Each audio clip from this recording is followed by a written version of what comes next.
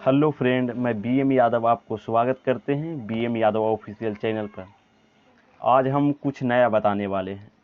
अब दुनिया में एक न्यू ग्रुप बन रहा है और इस ग्रुप को लीड करेगा रूस, ईरान, उत्तरी कोरिया और वेनेजुएला।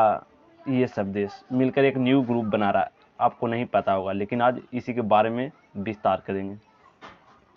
रूस, ईरान, उत्तरी कोरिया, अमेरिका के जो विरोधी देश हैं, ये सब एक न्यू गुट बना रहे हैं। भारत के लिए क्यों होगा अग्नि परीक्षा, चलिए बताते हैं।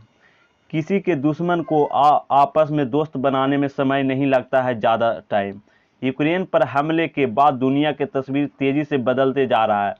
रूस को सबक सिखाने के लिए अमेरिका के नेतृत्व में पश्चिमी देश उतावले हैं। ये सभी मिलकर रूस को बेशुमार प्रतिबंध लगाए हैं। इनमें से आर्थिक और राजनीतिक प्रतिबंध शामिल है।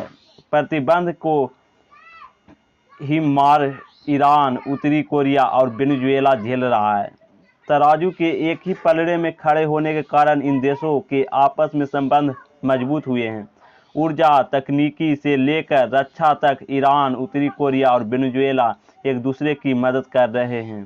रूस को अलग थलग करने की अमेरिका की कोशिश दुनिया को साफ तौर पर दो खेमों में बांटती दिखाई दे रही है।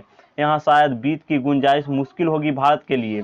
तराजू में किसी एक पलड़े में बैठना ही होगा। भारत के लिए आज यही सबसे बड़ा सवाल बना हुआ है। दुनिया में अमेरिका विरोधी देशों का एक नया ग्रुप बन रहा है। रूस शुरू से उसका सबसे बड़ा प्रतिद्वंदी रहा है। हालांकि हाल के वर्षों में यह प्रतिद्वंदी नफरत से तब्दील हुई है। दोनों एक दूसरे के फूटी आंख नहीं सुहा रहे हैं।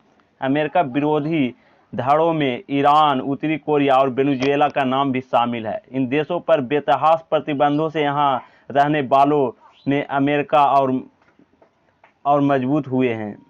खास बात यह है कि इनमें से किसी भी देश में फलता फूलता लोकतंत्र नहीं है। अमेरिका से नफरत इन देशों को पास ला रही है। अमेरिका विरोधी देशों को रिश्ते हुए मजबूत। कैसे हुए बताते हैं आगे।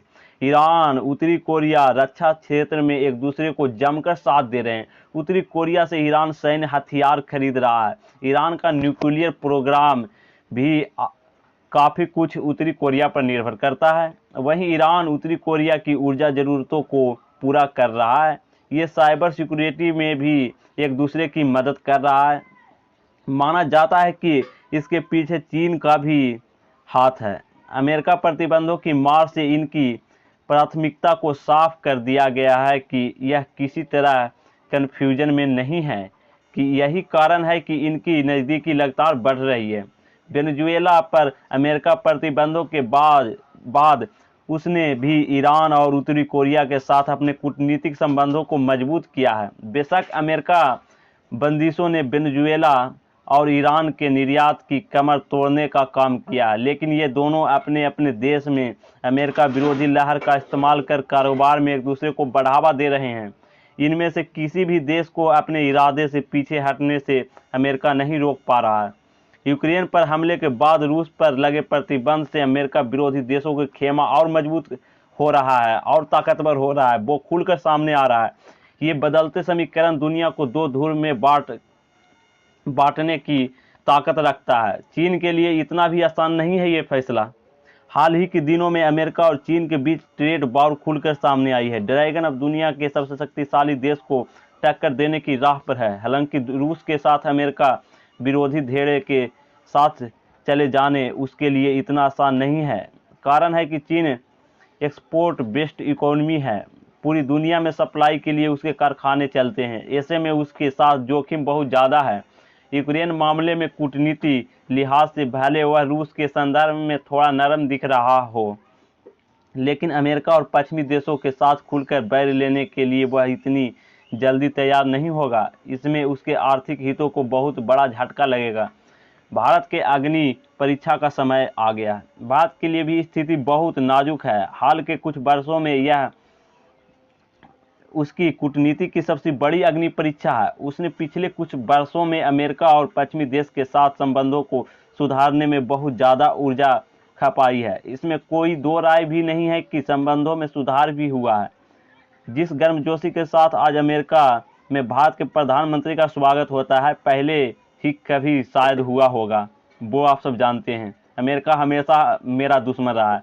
1971 के बार में अमेरिका पाकिस्तान की तरफ से अपना पूरा 7th फ्लीट लाया था। अमेरिका कभी भारत के साथ नहीं दिया, लेकिन अब ऐसा समय आया है कि भारत के प्रधानमंत्री को अमेरिका गर्मजोशी के साथ स्वागत करता है। यह कठिन से कठिन समय में भी भारत के साथ रहा है। चुनौती यह है कि भारत किसी एक खेमे में नहीं जाता है तो उसके अलग थलग पड़ने का खतरा बढ़ जाएगा। और वीडियो समाप्त हो गया है भाई। जो भी वीडियो को देखें कृपया चैनल को सब्सक्राइब और लाइक